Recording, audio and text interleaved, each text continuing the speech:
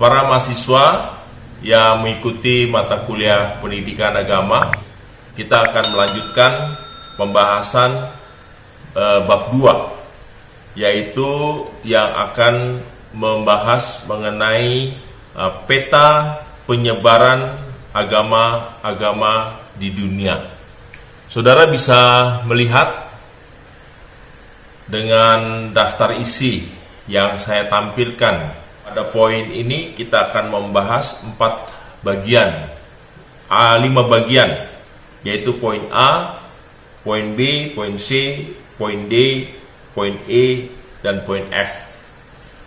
Untuk poin A, saya akan menjelaskan sedikit mengenai timeline world atau perjalanan berdirinya agama-agama yang ada di dunia ini, ya. Agama yang pertama yang berdiri di dunia ini yaitu agama Hindu. Agama Hindu lahir 3000 sebelum Masehi. Jadi ini agama yang paling tertua, saudara, ya. Agama yang paling tertua karena agama Hindu itu lahir pada tahun 3000 sebelum Masehi, dan keberadaan agama Hindu di India. Agama Hindu sendiri itu memperluas pengaruh, ya, dan juga penyebarannya, sehingga agama Hindu tiba di Indonesia itu pada abad pertama, saudara. Pada abad pertama, dengan ditandai lahirnya beberapa kerajaan Hindu yang ada di Indonesia, seperti kerajaan Kutai, ya, kerajaan pertama di Indonesia, lalu juga kerajaan yang sangat terkenal yang mempersatukan Nusantara, yaitu Majapahit. Nah, lalu agama Hindu lahir kemudian pada tahun 2000 sebelum Masehi di Timur Tengah. Agama Yudaisme itu lahir dari Abraham, saudara, ya. Tetapi tidak sama seperti agama Hindu yang menyebar ke beberapa wilayah Asia termasuk di Indonesia, melainkan agama Yudaisme itu hanya ada di wilayah Timur Tengah yang sekarang disebut dengan Israel, Palestina, Jordania, ya. Jadi hanya ada di Asia, hanya di Asia saja. Nah, lalu setelah agama Yudaisme itu ada, lahirlah agama yang ketiga, yaitu agama Buddha. Agama Buddha ada itu tahun 560 sampai dengan 490 sebelum Masehi. Dan tempat berdirinya agama Buddha itu sama di India. Nah, dengan lahirnya agama Buddha, maka pengaruh agama Hindu mulai agak berkurang. Kalau saudara lihat di peta yang saya tampilkan, maka secara perlahan orang-orang agama Hindu beralih menjadi agama Buddha. Dan agama Buddha lahir dengan dihitung dari lahirnya pendiri Buddha, yaitu Siddhartha Gautama. Nah, agama Buddha sampai di Indonesia pada sekitar abad ke-6 Masehi. Kalau agama Hindu masuk abad pertama, maka agama Buddha masuk ke Indonesia itu abad ke-6 dan menghasilkan kerajaan Sriwijaya, Mataram, ya. Bahkan di masa kejayaan Sriwijaya itu agama Buddha menjadi agama yang terkuat, ya.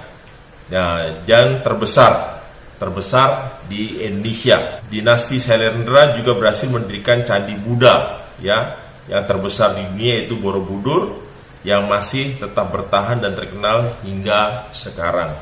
Itu agama Buddha, saudara. Nah, lalu setelah agama Buddha lahir pada tahun 30, ya, pada tahun 30 setelah Masehi, lahirlah agama Kristen, tepatnya di Yerusalem, yaitu yang sekarang disebut dengan Israel. Nah, saudara, agama Kristen itu muncul, dan kemunculannya itu perkembangannya begitu sangat pesat, saudara, ya. Pada awal-awal abad pertama itu dapat saudara lihat di tampilan peta yang berwarna biru bahwa agama Kristen berbeda dengan Yudaisme. Kalau Yudaisme hanya ada di Yerusalem dan sekitarnya, maka agama Kristen itu menyebar ke seluruh Asia, ya, ke seluruh Asia.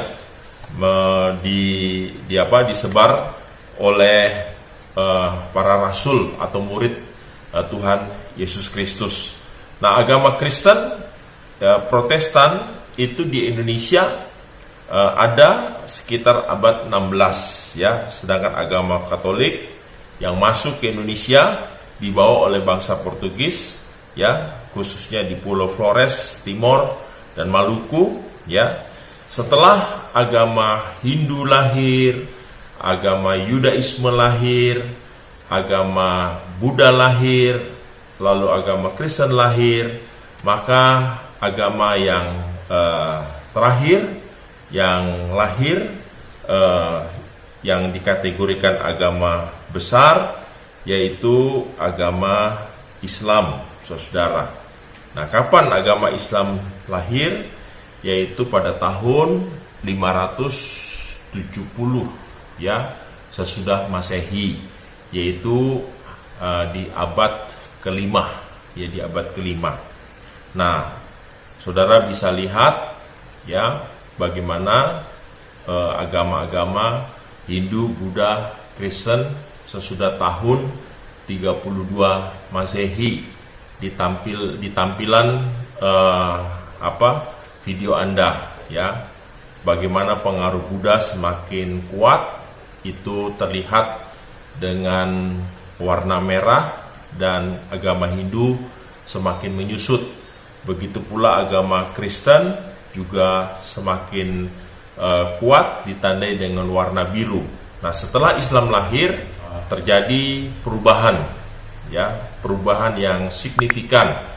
Kalau tadinya sebelum abad kelima agama Kristen yang semakin kuat di wilayah Asia Tengah, ya, di Asia, agama Buddha dan Hindu, maka ketika Islam lahir di Arab, ya, tepatnya di Mekah, maka secara perlahan itu di daerah-daerah Mediterania Arab sudah mulai semakin kuat, ya, itu ditandai dengan warna hijau, ya, dengan warna hijau.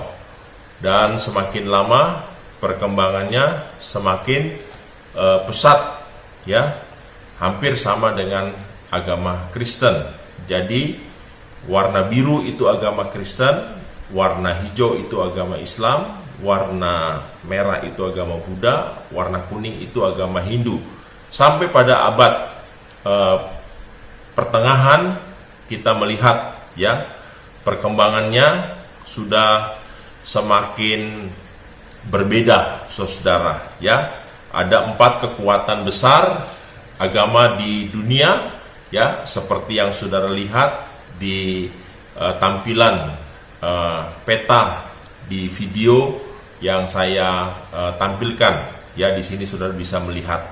Nah, negara-negara Kristen, Muslim, ya, ini mereka saling, ya, agama saling mengekspansi, artinya melebarkan sayap, ya, melebarkan sayap. Nah, Islam sendiri itu masuk ke Indonesia ke abad 14 melalui para pedagang Gujarat, India, dan menyebar sampai pantai barat Sumatera, dan kemudian berkembang ke timur Pulau Jawa, menghasilkan beberapa kerajaan Islam, yaitu Kerajaan Demak, Pajang, Mataram, dan Banten, ya. Nah, kita lihat, saudara, perkembangan agama pada abad pertengahan, ya. Pada abad pertengahan kita melihat bagaimana yang warna hijau Islam semakin kuat, ya, khususnya di daerah Asia. Maka Kristen itu di wilayah barat, Buddha tetap di daerah India, ya. Dan kita melihat sampai pada abad pertengahan Hindu juga pengaruhnya cukup kuat dengan Buddha, itu ada di Indonesia. Karena memang Islam baru masuk ke Indonesia itu abad ke-14, saudara. Nah, sekarang kita lihat apa yang terjadi, saudara, khususnya pada abad ke-11 yang terkenal dengan perang salib, ya. Terjadi perang salib. Bagaimana tentara-tentara Crusader dari Eropa, mereka berupaya mau mengekspansi ke wilayah timur. Ini terjadi pada abad ke-11. Nah, pasca perang salib kita melihat, ya, bagaimana penyebaran agama semakin nampak jelas, ya, nampak jelas pasca perang salib, yaitu setelah abad ke-11 dan 12, ya. Di sini Islam begitu sangat mendominasi, ya, mendominasi. Lalu juga Buddha dan Hindu, ya, agama Kristen tetap ada, tetapi itu di wilayah barat, saudara. Nah, pasca perang salib, ya, kita melihat di sini, ya, bagaimana Indonesia setelah abad 14, ya, mulai masuk agama Islam. Itu ditandai dengan yang warna hijau. Dan kita lihat Hindu semakin menyusut, saudara-saudara, ya, agama Hindu semakin menyusut. Justru agama Buddha semakin menguat, ya, semakin menguat di pasca perang salib. Itu artinya di atas tahun abad 12 ke atas, ya. Nah, saudara melihat, ya, dari tahun ke tahun sampai abad ke-20, bagaimana komposisi penyebaran agama yang ada. Saudara bisa lihat dari warna hijau, warna biru, warna merah, dan juga warna orange, ya, semakin mengecil, khususnya pengaruh Hindu. Nah, saudara bisa melihat selanjutnya, ya, ekspansi agama Kristen, ya, sampai ke Afrika, lalu juga masuk ke Asia Tengah, ya. Ekspansi agama Kristen itu menjelang abad-abad 20, ya, terjadi perkembangan yang cukup signifikan.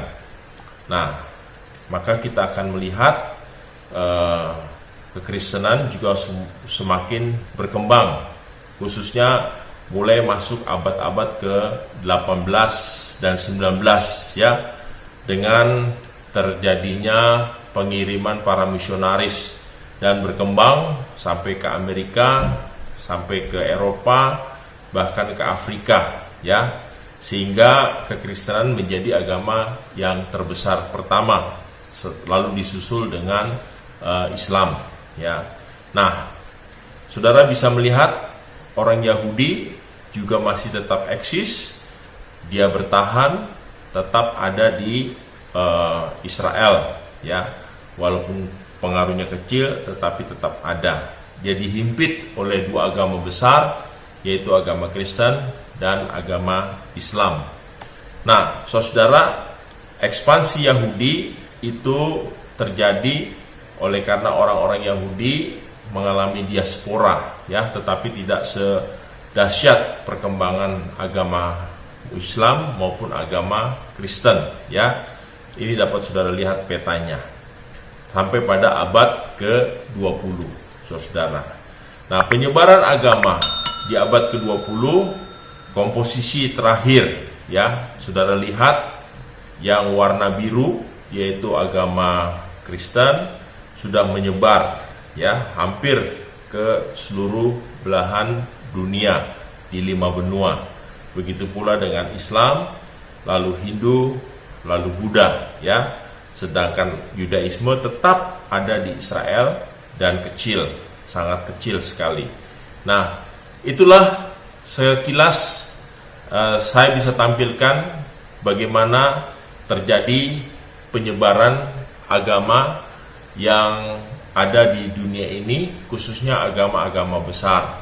Nanti dalam bagian selanjutnya saya ingin menjelaskan satu persatu ya secara mendetail mengenai agama Hindu, ya, siapa pendirinya, ajarannya apa, lalu juga agama Buddha, Yudaisme, Islam, Kristen. Saya akan menjelaskan pada bagian-bagian selanjutnya lebih mendetail lagi, yaitu berkisar mengenai ajaran yang mereka lakukan. Tetapi sebelumnya nanti juga kita akan membahas sedikit, ya, yaitu mengenai agama animisme. Jadi saudara ikuti terus mata kuliah pendidikan agama, karena ini akan baik untuk kita memiliki wawasan yang luas berkaitan dengan penyebaran dan juga sejarah berdirinya agama-agama. Kiranya melalui apa yang saya sampaikan bisa menambah wawasan saudara mengenai pengetahuan agama-agama yang ada di dunia ini, khususnya agama yang besar, ya. Sampai jumpa, dan kita akan membahas mengenai pokok-pokok penting lainnya. Terima kasih.